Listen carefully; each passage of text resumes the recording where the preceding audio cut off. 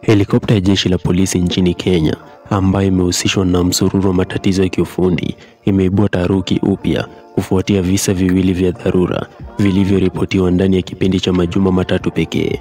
Ndege hiyo ambayo baadhi ya maafisa wanaielezea kama imezeeka na haina hadhi ya kuendelea kuruka, inaendelea kutumika licha ya mapendekezo ya awali ya kuiondoa kwenye matumizi.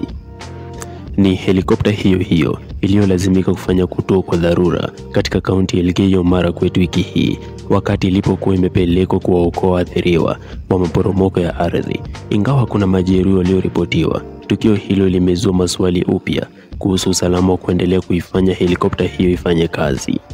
Hofu kuhusu usalama wa ndege hiyo si jambo jipya. Tarehe 3 Novemba mwaka 2019, helikopta hiyo ilisababisha taharuki katika uwanja wa ndege wa Wilson baada ya kushuka kwa dharura muda mfupi baada ya kupaa.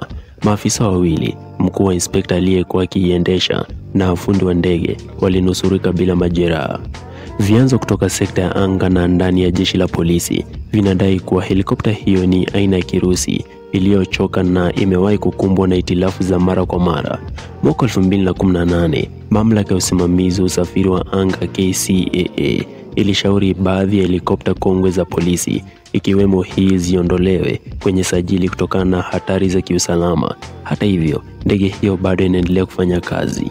Wakati huo, jeshi la polisi linadaiwa kumiliki helikopta mpya kisasa. Hata hivyo, ndege hiyo hutumika zaidi kuwasafirisha viongozi wakuu wa serikali na watu mashuhuri, yani VIPs, na hivyo kuacha helikopta kongwe ikitekeleza majukumu mazito kama uokoaji, doria na operesheni nyingine.